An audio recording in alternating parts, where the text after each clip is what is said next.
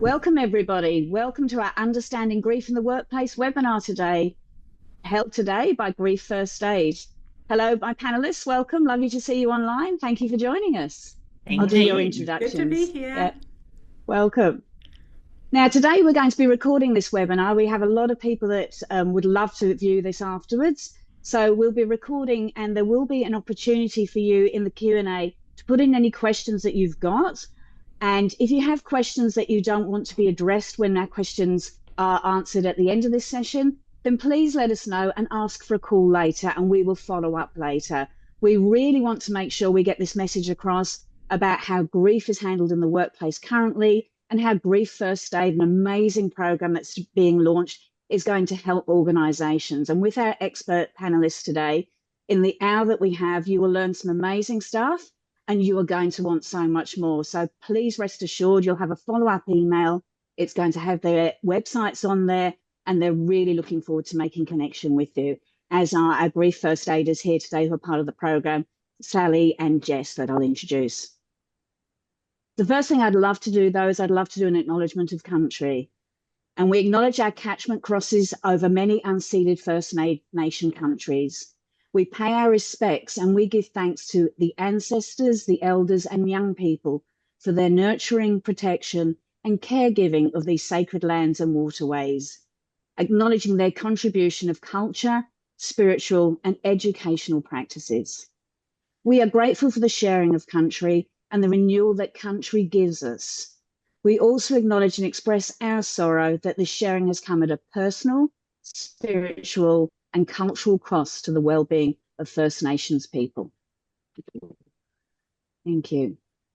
Now, to set the scene, let's have a look at what grief is about. Did you know that grief touches all of us, and in fact, it touches 1 in 4 people who are currently grieving? It's a normal part of life. And what we do know is that acknowledging and integrating loss in our lives and in our workplace, it is transformative.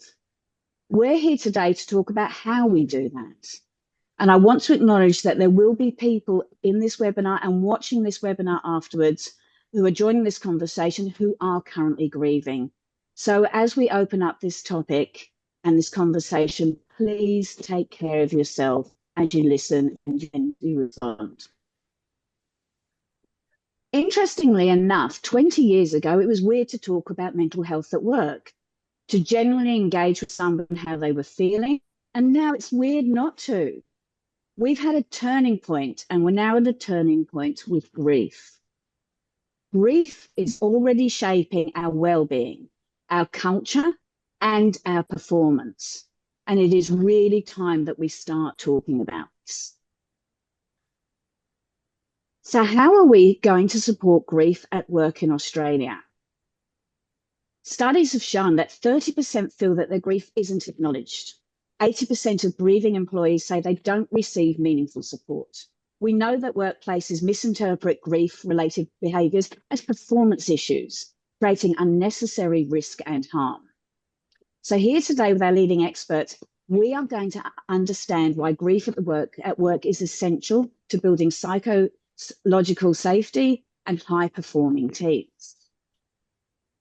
Our panel here today, which are an amazing panel, are going to explain what Grief First Aid is. They're going to unpack the latest research and show how simple human responses can transform culture, strengthen trust, improve presenteeism, absenteeism, and overall well-being, which is what's the important part.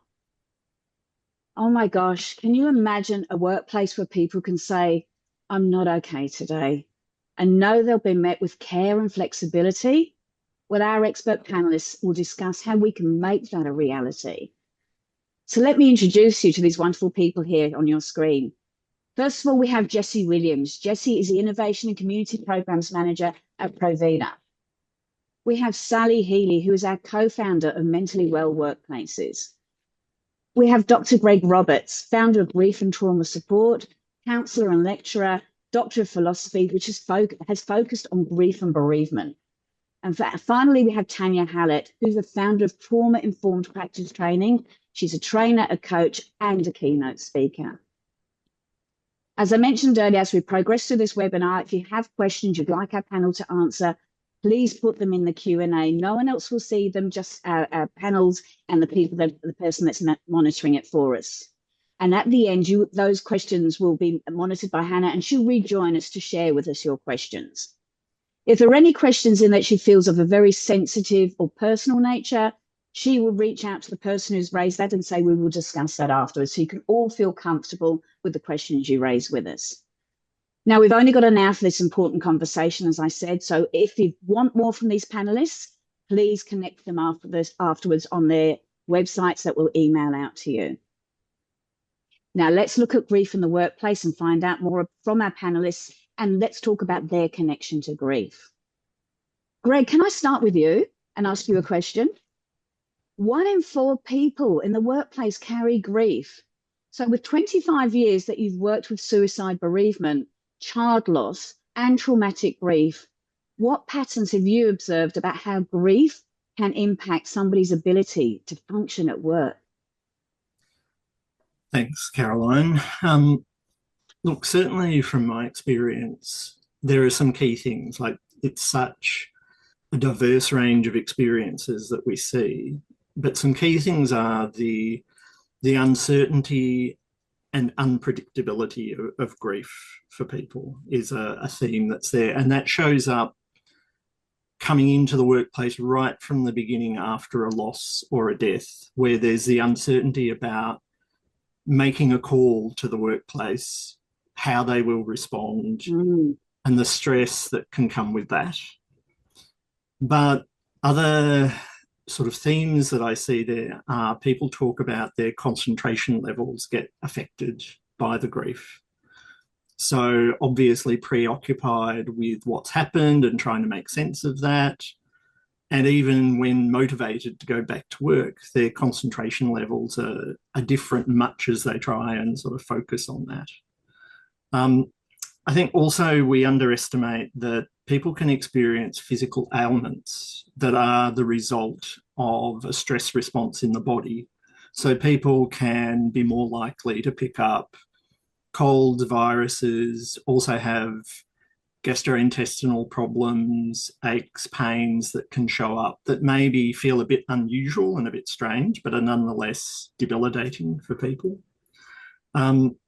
And I think also understanding in workplaces, a key thing I hear is how people can experience contact from the workplace and it can bring waves of grief. So reminders of, talking to your best friend at work and that you're now sharing some really difficult news with them that's affecting you, but then hearing their response as well and how that impacts you.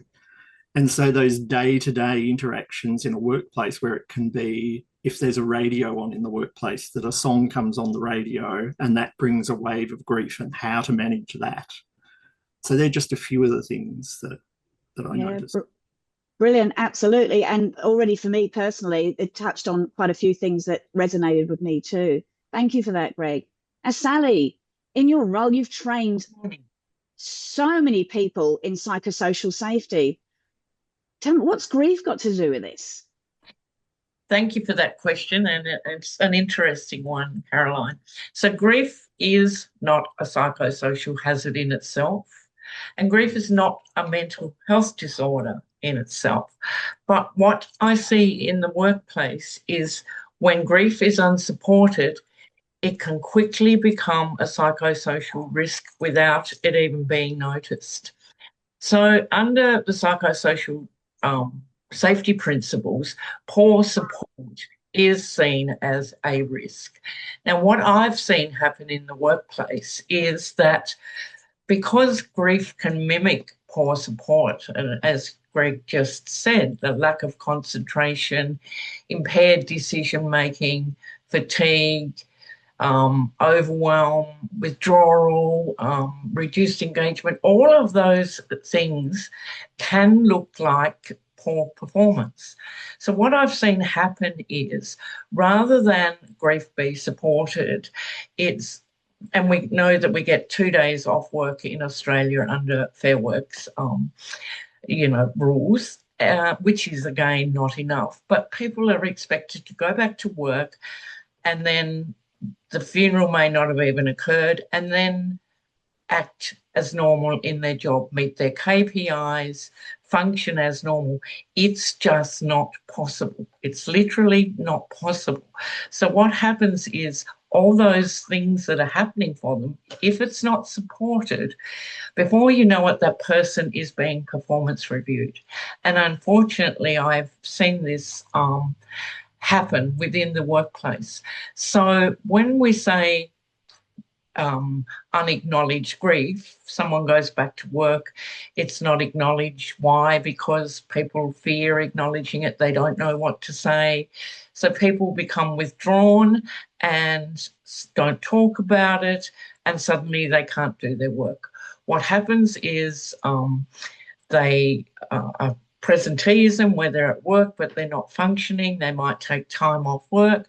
They might be going along and have this last straw moment when one minor thing might blow up into something big. What happens then, if they're not being supported, it becomes a psychosocial risk. And it's one that we often overlook, and it's one that I urge employers to have a look at, because it can be hidden and it can cause great problems for the organisation and for the person themselves. Brilliant, Sal. And you can see the nodding heads there as well, which leads beautifully, if you don't mind, Tanya, to you, because through the work that you've done, it has all come from your openness about your own traumatic loss that you had and the lack of workplace support you received. What do you wish most that your workplace had done to understand you and what had happened at that time? Well, first of all, my child was stillborn at 36 weeks. So I had been very heavily pregnant at work, and I was working across 2 schools at the time. And one school was excellent with acknowledging the grief straight away. The school I did relief at was fantastic with that. They acknowledged it straight away. They sent flowers. They got in touch with me very quickly. And the other school almost ghosted me in the beginning, which was really bizarre. I had sort of like colleagues reaching out, but the actual management staff just ghosted. And what I think workplaces need to understand is, through these types of experiences, they can either make this trauma less or they can add to the trauma. And they've basically got those 2 options. And what I was teaching at a school, I was teaching, I think, around 700 or 800 children. They were primary school kids. They'd all seen me pregnant. And I had asked the school specifically, can you please let the students know what has happened, so that if I run into them at the shops, I don't have to actually rehash what's happened. And they didn't do it. They didn't speak to the children. They didn't tell the kids that I was teaching what had happened. And I was running into these students who were saying, hi, how's your baby? And I had to sort of explain it was complicated. I didn't know what they knew. I didn't know what their parents would be comfortable with me sharing. And the fact that the workplace had just been so unsupportive about figuring out how to support me made the whole thing so traumatic. And I ended up just not going back because it was just too hard. And the way that they dealt with it made me feel honestly so betrayed and so let down, when really simple things could have been put in place. So, I mean, the whole concept of sort of, being able to explain to your colleagues, ask the person who's grieving, what are you happy for me to share? And then being able to send that out to colleagues so that they know, because the person who's carrying the grief shouldn't then have to carry the responsibility of making colleagues feel better or trying to give that information to colleagues, because it's just extra pressure, trauma, and cognitive load that the person who's grieving doesn't have. And these are really simple things that workplaces should be taking care of. It's not rocket science. So I wish they'd been supportive. I wish that they'd followed through on what I'd requested.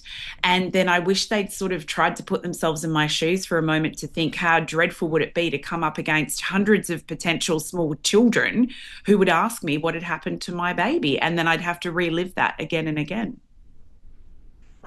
Wow, Tanya, that's amazing. Thank you, because I knew part of your story, and already I'm going to be emailing you with questions I've got afterwards, because That's huge. And simple steps, you're absolutely right. Simple, They're not, so simple. Not hard steps, which leads me to Jess. Let's have a look at that. You've worked in grief and death literacy for over a decade now. Why do you think workplaces still find grief so confronting? Well, firstly, thank you for the question, Caroline, but thank you, Tanya, for sharing your story. It's such a generous act to share your personal story, so thank you. Look, there's an existential answer to that question, which you'll all be relieved to hear that I'm not going to give. So I'm going to give one perspective on why we find grief so confronting at work. Look, workplaces are basically a random group of people talking every day, doing stuff together. And that behaviour is mediated by the norms of that workplace, the culture of that workplace. And every workplace has a particular edge on their culture. And they have a particular way of responding and dealing with the stuff that life throws up for the people who work there. So Tanya, I would be so fascinated to hear the stories of the two principals of those schools and what was their journey towards that leadership role. So I think we need to start with what people find hard in life, they will find hard at work. So why in life do we find grief so confronting? Well, when it comes to bereavement, which as we know is a particular type of grief, we do have a backdrop of Western culture which finds death very difficult to recognise and talk about. And so by extension, we find grief difficult to recognise and talk about. And this general avoidance, it's like we've got this sort of collusion of general avoidance. It means that even empathetic managers feel unprepared because the topic itself is avoided. So because of this avoidance, we lost our skills. And when we lose our skills, we lose our confidence. And if we're not confident, we want to avoid. So you can kind of see the pattern there, right? We go in cycles: avoidance, lose skills, lose confidence, avoidance. And we're constantly reinforcing this discomfort that we all share. So in the workplaces, people feel anxious, they feel responsible, and they feel inexperienced. And all of that can make grief feel confronting. And we know that this has consequences. We've heard from some of them for Tanya, but we definitely see, well, I've definitely seen over the decade of work that the story that seems to have the most resonance that is shared with me and then shared with other people is that what we do from this confronting experience is we tend to outsource. And we talk about this in the death literacy space as well as the grief literacy space. We outsource to clinicians, to experts, to anyone but us. And what that looks like in practice is we'll hand the EAP number over very quickly. Now, EAP is awesome. This is not about saying EAP doesn't have an important role to play. But let's look at the speed in which we hand that number over. Like, is it possible that we maybe pause and just give some presence before we signpost people? And I think these are these little moments that I can see people are starting to lean in this conversation in workplaces because they're kind of hungry for that skill. What does that feel like to do that? What does it look like to do that? Brilliant, Jess. And Tanya, I'll come back to you if you don't mind. That hit a part for you, didn't it? The mention of the EAP. So talk us through that. How was the response time in that? How did that make you feel? So I actually didn't get that response at all. I didn't even get that response from either school. They didn't even recommend EAP, but my husband's work did. And at the time I thought, well, at least they've actually made inroads into trying to offer some psychological support. But the problem with EAP is, and look, it's great for its, and I don't mean any disrespect to EAP because I still think it's an essential service that is provided. However, we also know over time, EAP means this: I'm washing my hands of having this conversation with you. I don't want to go through this conversation with you. I'm uncomfortable going through this conversation with you. Please go have it with someone else. And it's sort of like, there is a difference between when we are referring people to EAP than when we're trying to have a human conversation with someone. And most people are wanting you to have a human conversation as their boss, as their colleague, as their friend, as their co-worker. They don't necessarily need to be referred to a psychologist. They just want you to be a human and be with them in the moment for that conversation. So what Jess just said just really resonated, I think. Could absolutely see that. And Greg, before we move on, have you got anything to add to that in your experience with the people that you've worked with and in the counselling format? What have they experienced? Absolutely, like particularly around EAP, and like everyone's saying, I have colleagues and people who work for EAP, so it's a really important service. The reality, though, is an extension of what Jess was saying, that often people working in EAP don't necessarily have strong backgrounds in responding to grief, loss, and trauma. Some may have, so it's a little bit hit and miss who you'll get. And I've heard that back from people I've supported, that the basics of having someone listen to you is really important, but someone who's not grief informed can inadvertently say things that are actually quite damaging, even when said with the best of intentions. So that whole thing of the feeling of the workplace has washed its hands and said, oh, we don't do grief, go and talk to someone, and then to be met with a hit and miss response from someone at EAP can sometimes compound it. So occasionally it works really well, but sometimes it doesn't work so well. Thank you for the share. I just, Tanya, you are so expressive with your eyes. It's amazing. I can read exactly that you're feeling it again. So thank you for sharing.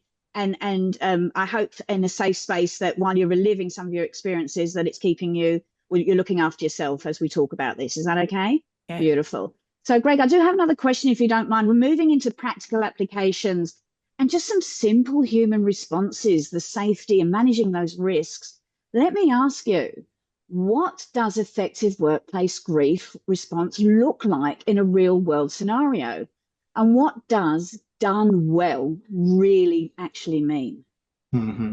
Yeah, no, thank you for that. And I feel like there have been some things said which started pointing me in the direction of what I'm going to share. Like the primary thing for me, as far as a principle, is just slow down and give some time and space. So as a workplace, there can be a feeling to hearing about a death or a loss that brings obviously a bit of stress, and inadvertently workplaces sometimes can panic a bit.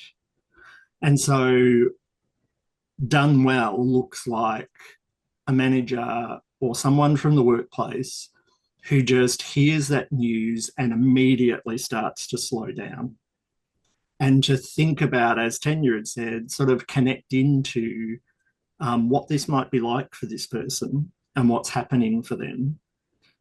To be genuine in your responses. So don't trot out platitudes or what you think is the right thing.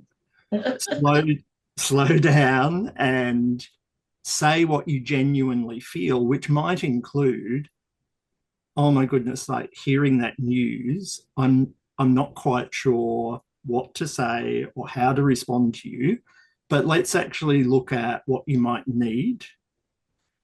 And the next thing I'm going to say that I think is hugely important is the principle of for now, because workplaces need to be flexible.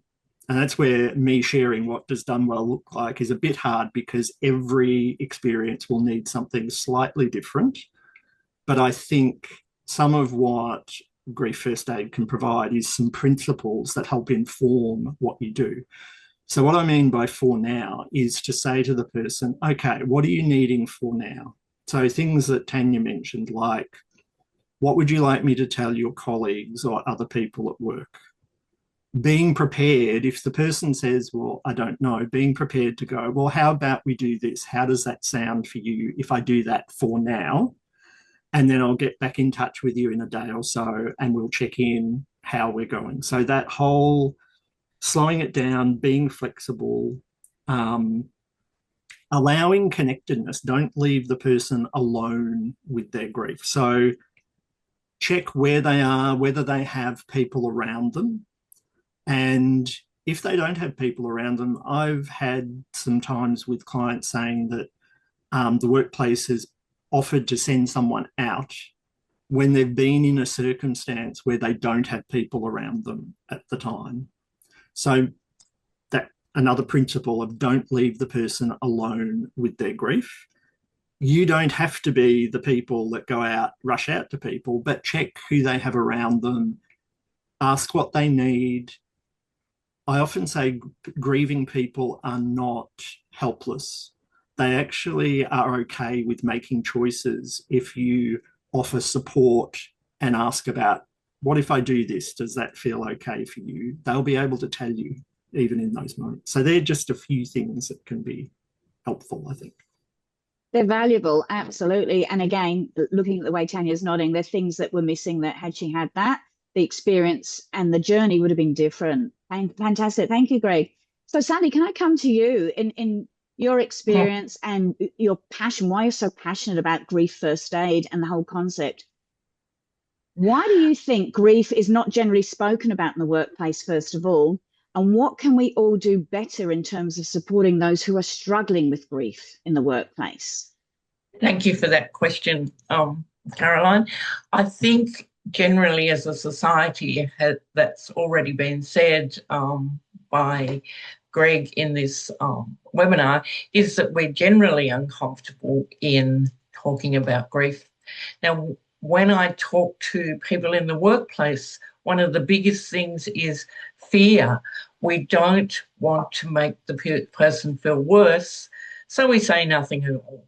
And that person is left without support because employees fear they might make it worse. Let's face it, we don't get up and get a rule book and read it on how to help people through grief or how to help ourselves. We learn these things from young ages. We form our beliefs from young ages and our assumptions by observing and listening. Unfortunately, a lot of those assumptions are just that, assumptions. Boys shouldn't cry. We need to be strong. At least you can have another baby. All of these things are platitudes, as Greg said, that are spoken in the workplace. But the biggest thing I find is it's just a lack of understanding. People don't know what to say. They don't know what will help and what won't help. And that's where I am so passionate about education in this area, because with education and understanding and how to support someone, we can make such a huge difference. One of the things we can do differently, and it stands out to me in every day, over the past years, we have seen a huge rise in organisations training employees how to be resilient. We need resilient staff. Can you come in and teach my staff how to be resilient? Now, resilience has its place, absolutely, it has value. But when it comes to resilience and grief, it sends a message that you need to manage this better. You need to bounce back faster, stay strong. You need to get over with this. So what I think we need to do is shift the narrative from how do we make individuals more resilient to how do we create environments that support people through inevitable human experiences like grief and loss. That shift moves the responsibility from the individual to the system. And that is something I'm very passionate about seeing occur in the workplace. Brilliant, Sal. Perfectly put as well. Thank you. That's an excellent share. And so is there anything that you wanted to add about doing better in terms of supporting those? Is there anything that hasn't been touched on yet that you'd like to bring up here about the better support we can provide? Yeah, I think we need to address our own discomforts.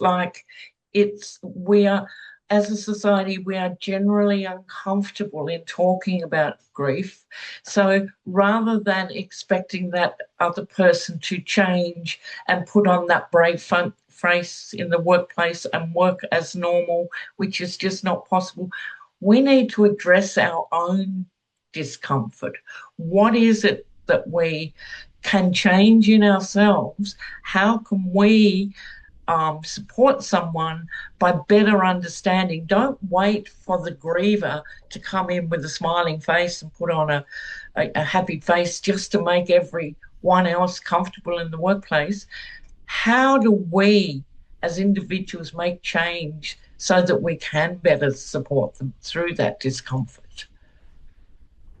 That's well addressed, Sally. Thank you, because it is about thinking about ourselves as well, how we respond, and looking in the mirror as we respond to see how it looks to the person that needs our support. Absolutely. Greg, I'd love to ask now, you're passionate about grief as a human experience rather than a medical issue. Why is it important that workplaces adopt this lens? Well, I am very passionate about this, so I'll try and keep myself off my soapbox. But it's okay, you can soapbox, Greg.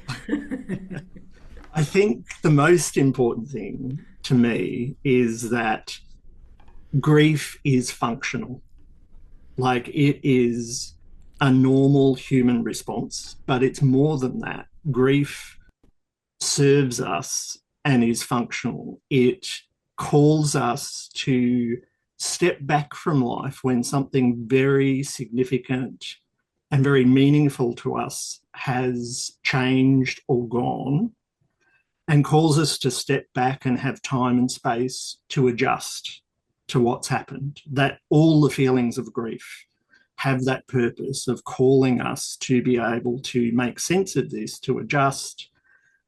And so when we medicalise grief, what I see happen to people is that it adds a layer of stress to people, because it adds this idea of, not only has this difficult, awful experience happened to me, but now I have something wrong with me. I have a mental health condition, or I have a medical condition. Oh my goodness, like I'm a basket case, because that medicalization just adds this layer of there's something wrong with you, rather than how can we work with the function of your grief and what you're needing to help you make sense of this experience, which is a human experience, even when it's tragic and awful. Sadly, we all can have these experiences in our life. So it's how do we make sense of that? So it's about taking an approach in workplaces that works with the function of grief, rather than turning it into a problem that needs to be solved or a medical condition. And the final thing I'd say about that is that it absolutely is something that affects our health. So that's the differentiation. Rather than it being a medical issue, it's our health overall, physically, spiritually, emotionally, socially, how we react to the environment. So many ways, it's our overall health that gets affected. So we need supports that allow us to be with our grief and gradually find our own way forward. Beautiful. And that includes those workplace supports. Absolutely. Family, friends, workplace. Absolutely. So a holistic health improvement for the individual who's going through grief. Yes. Thank you, Greg. That's amazing. Thank you. And Tanya, if we can come to you, look, you now train organisations in trauma-informed practice. I do. Tell me, what are the most critical trauma-informed principles leaders should be using when they're supporting a grieving employee? I absolutely love that question. So there's a lot of things that make well, actually, it's really quite simple. The first thing is, before you have a conversation with someone about grief, you need to do a check-in with yourself. And you need to see where you're at in that day and where is your capacity before you actually have this conversation. That's one of the first things. The second thing is remembering these basic principles of listening to someone and then validating that person. And when we talk about listening, trauma-informed practice is all about creating safety, trust, collaboration, choice, and empowerment, right? So the first thing you've got to do for anybody in any situation when we're looking in a trauma-informed lens is you need to create that psychological safety for that person, the physical safety, the emotional safety, the psychological safety. And to create that for that person, the first thing you need to do is listen. And when I say listen, it's like I think Sal was saying it before with these useless platitudes that people throw out. I know people mean well with them, but they can often really upset the person who's grieving and make things worse. And those platitudes stick with people, particularly when they found them really offensive. Um, so I think listening reflectively, allowing that person to talk. And if you don't know the right thing to say, there's nothing wrong with saying, this is, I can see how upsetting this has been for you. I'm sorry, I just don't even know the right thing to say. There's nothing wrong with being honest about that. And validating that person. I can see how this is really upsetting for you. You don't have to say, I understand exactly what you're going through. I know what it's like. You don't have to say that. And you might not have that experience, but you can say, I can see how upsetting that this is for you. And then going through and sort of saying, what can I do to make you feel safe right now? Is there anything that I can do right now? As Greg was saying, right now, what can I do right now to make things better for you? Or what can I do right now to make you feel safe and supported? And that's following a trauma-informed practice approach, because we're looking at safety, we're looking at trust, we're looking at collaborating and providing choice with that person. And that person may or may not be able to tell you what they need, but you're empowering them to have some control over how things are handled. It's not hard, but they're the principles, and they're not that hard to actually, bring into a situation for someone who's grieving. It's not difficult. That's brilliant, because one of the things you talk about, which I really loved when they started to pop up, was making the uncomfortable safely comfortable, which is so true, and that really resonated. So how can organisations and leaders specifically start that shift in culture? Yeah, I love this. And you know what was so interesting is each speaker has talked about how grief makes people feel uncomfortable. And this is the thing, it's teaching organisations, for a start, feeling uncomfortable is not going to kill you. You're not going to die from feeling uncomfortable. You're going to feel uncomfortable. And yeah, that's a bit unpleasant, but you're not going to die. And part of this also, and I think this is through my own journey working through trauma, and I do have a PTSD diagnosis. So knowing how to sit with the uncomfortable is something I've had to get good at. But, it's really important for people to understand that being uncomfortable won't kill you. Being uncomfortable is a normal part of life, and we've created a society where people have been able to run from things anytime they don't feel comfortable. We pick up our phone, we scroll, we watch something, we distract ourselves with something, we fob it off to someone else, we give it to AAP, I'm uncomfortable, let someone else deal with this. Being uncomfortable is okay. Being uncomfortable is where we grow. And again, if we're educated in how to have these conversations in a trauma-informed or grief first aid manner, that's how we make a difference with organisations. So it's like being uncomfortable is okay. That's all right. Now learn how to have a conversation around mental health, around grief, around trauma that makes you have the confidence, because I get it. The leaders and the colleagues are scared they're going to say the wrong thing. So give people the education, give them the template to follow. It's not difficult. You don't have to be a psychologist. You don't have to be a psychiatrist. You don't have to be wonderfully versed in mental health, but following a template for a simple conversation on what to do is not a difficult thing. And that's how cultures can shift. And accepting that life is uncomfortable. We can't always tie it in a nice little bow, and we can't always do this. Sometimes you've got to sit with it, and so is everybody else. And that's life. My gosh, the passion in that conversation was amazing. Thank you so much. That was brilliant. Sorry, Jess, but you got to follow that. I'm so sorry. Honestly, Tanya, fabulous share. Honestly, it just hit it home. Fantastic. Oh, thanks. And then if you don't mind if I come to Jess, through your workplace advocacy now, you've shared your own experience in returning to work while you were in grief. And it was actually a positive experience, which is brilliant to hear. So what did your organisation do differently? Well, look, I've been going ping, ping, ping in my head with what Greg and Tanya have been saying. So I heard recently that your boss is the second person you call when you've had a sudden, unexpected loss. So when I made that call to my boss, what she did was she paused, actually. She heard me, but she paused. She said, I'm going to call you back. And she took 10 minutes for herself to sit with what I just told her. And of course, when she rang back, she was present. She had an idea about what the next step was, which is she was going to visit me. which she did. Eventually we made a plan together, and she asked me, before I came back to work, I had 6 weeks off, and she said, do you want to come in the day before?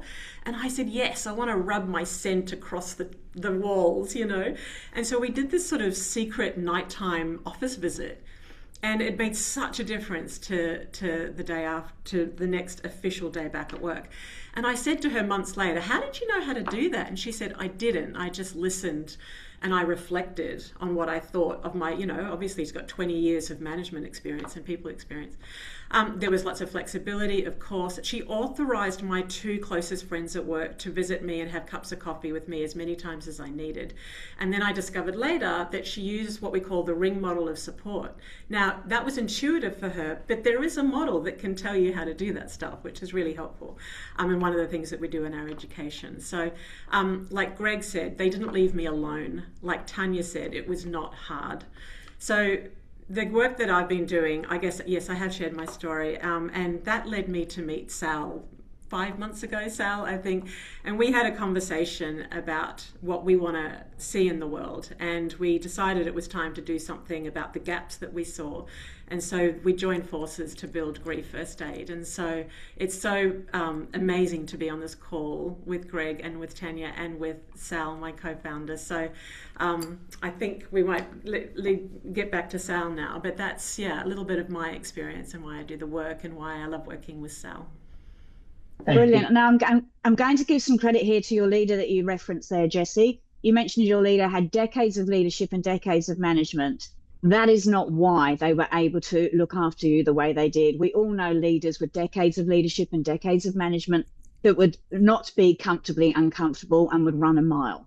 So absolutely, that was an amazing leader, and that is best practice. So that's what we want. So fabulous to know that you've experienced that, and that's helped you to know what it should look like as well versus what it shouldn't look like. Yeah. And absolutely, this leads us to this next point, which is my excitement, because when I spoke to Sally and she spoke about she's got this idea for Grief First Aid, from my own experience, not necessarily through organisations, but being a leader myself, and that being uncomfortable, something like this has been so long overdue. So Sally, how did Grief First Aid come about for you, and how's it unfolded?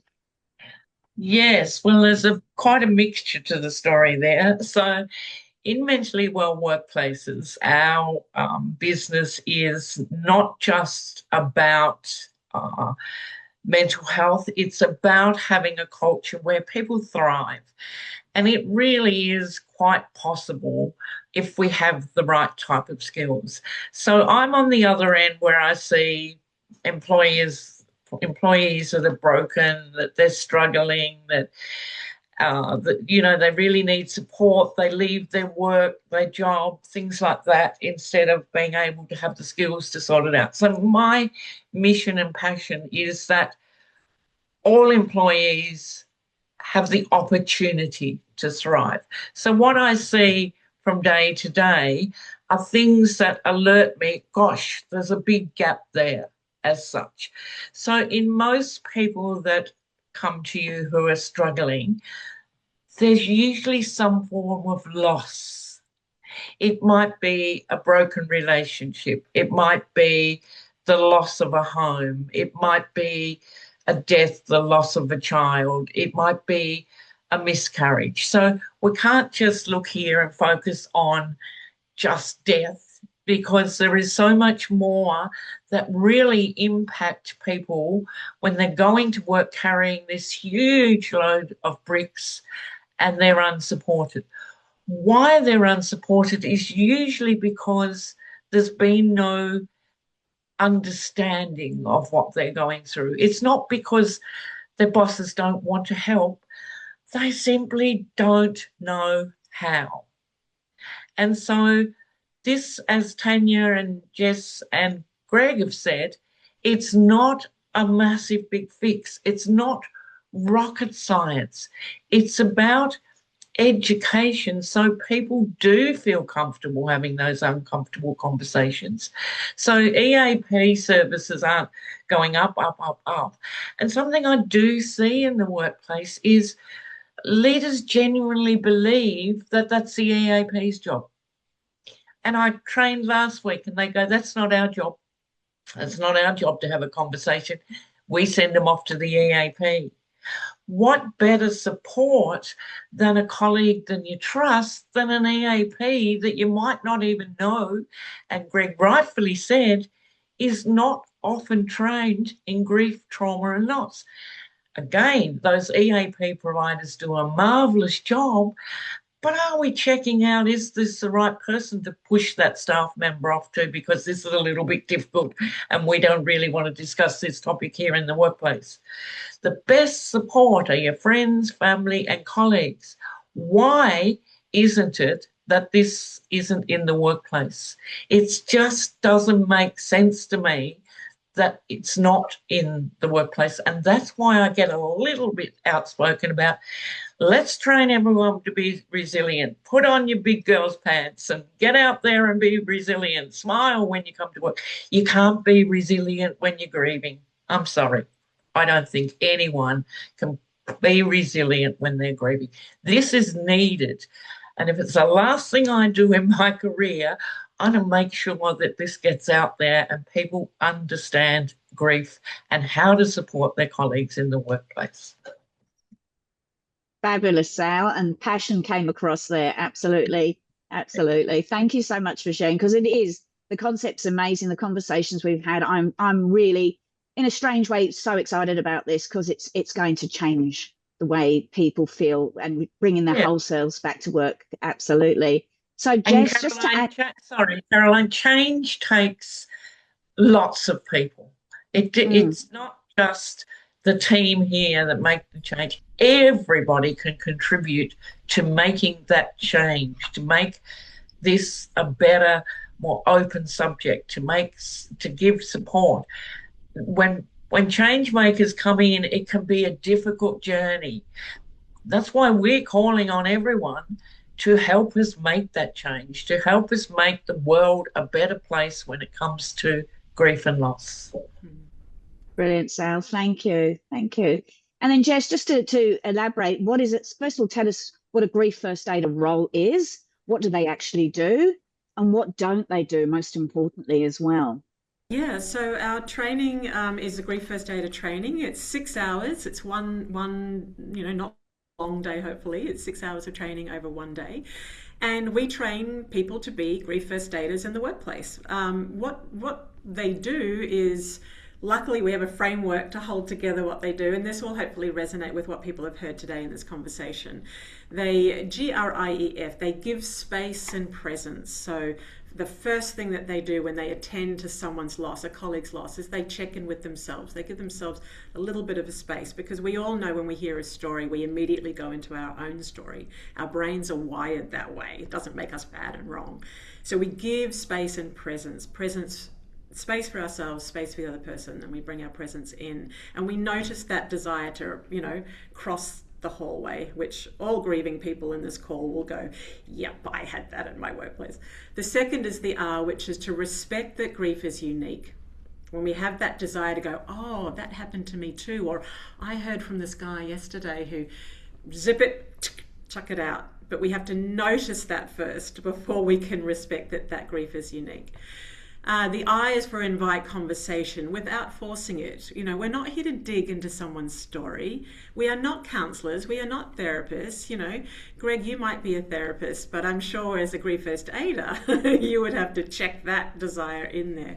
This is not, this is not Gestalt with two people and a plant and a box of tissues. That is not what a grief first aider does. So we invite conversation, and it might be as simple as, that sounds like something you want to have a chat about. Is that, would you like to? Or, we've got 10 minutes now. Or do you want to get a coffee? The E is for empathise, not sympathise, empathise, which is, as we know from Brené Brown's work, it's about simply being with somebody. And lastly, facilitate, F for facilitate, further support, or signpost, as we like to call it. You might see on our website, we've got this beautiful illustration with a tree type figure with two sort of airport guidance signals to say, go that way, go this way, after we've given space, respect, invite conversation, and empathise. And it's at that point we might say, there's an EAP, or there's this, or there's that. So we acknowledge the loss as grief first aiders. We listen without fixing. We maintain our boundaries. So boundaries they're so important in every training, I know, but there's so much reinforcing that we do in the Grief First Aiders training around boundaries, because that helps us provide clarity and steadiness in our role. We support our own well-being as Grief First Aiders. What do they don't do? Does that make sense? They do not diagnose. They do not fix. They do not take on long-term case management. They do not override organisational processes. They do not share that person's story with somebody else. They do not replace human resources or the EAP or specialist support, because this is level 1 in the public health model of grief support, which is well recognised now around the world, that everybody, even those who could do with some specialist support because of the particular type of grief, everybody benefits from kindness and compassion from their colleagues and friends. So that's what a Grief First Aider is. That is brilliant. And again, for people that are watching this, you would feel the passion from this group of experts. And most of it is from lived experience or from helping people through their experience to come out the other side. So that's amazing. Thank you so much, everybody, for all you've shared so far. I do have a final question for each of our panelists before we close. Is that okay? Beautiful. Yes. So one of the things I'm really interested for each of you, and I'll start with you, Greg, if that's okay, but I'd love you all to answer this. What's one thing a manager could do tomorrow that would make workplaces more grief literate and more compassionate? Let's start with you, Greg, on that. Okay. I'm not sure that it's one thing. It's like a combination. So I'm gonna squeeze that in. Slow down, be genuine, and be steady. Perfectly put. Thank you. Tanya, can you add to that? You've been nodding and in agreement. What else would you like? Yeah, I was going to say, look, a couple of things again. Accept that this might feel uncomfortable. Understand that this grief process may not be linear, and remember that actually listening and validating how someone feels makes a massive difference, even though you may not think that it does. Perfect. Thank you. Sally, for you, what could they do? One thing. I'm a little bit with Greg. I think it's more than one thing. Workplaces are predominantly getting really good at training in mental health so that they're, meeting psychosocial legislation, which is quite huge now. It's a matter of looking at what tools that you can give your employees to help them address things that are uncomfortable, so that we have a culture of complete genuineness in we want to help. That alone is a really good way to send out a message. We care about you, we're loyal. We know the younger generations are really looking for organisations that have social impact and compare and care about the people and are making a difference socially. It's good not only for the people, it's good for the company's branding, be seen as an employer of choice. It's just all round good. So what you can do tomorrow is start at the beginning. Perfectly put. And Jess, would you final point that you'd like to add before I do a close on the session? We're at time. My one request would be to invite us in for a conversation, and let's create a little bit of space for the concerns and fears to come up, and we'll tackle them together. That's my request and advice. Beautifully put. So one thing to our audience who's joined us today or will be watching this afterwards, grief is already in your workplace, your organisation. The question is whether your culture helps people carry it or makes the load heavier. Remember that and think about that, and think about Grief First Aid. Now, Sally and Jess have said, contact us for a chat, have a chat to Sally. The contact details will be made available for you. Sally or Jess will talk to you more about Grief First Aid, answer additional questions you have.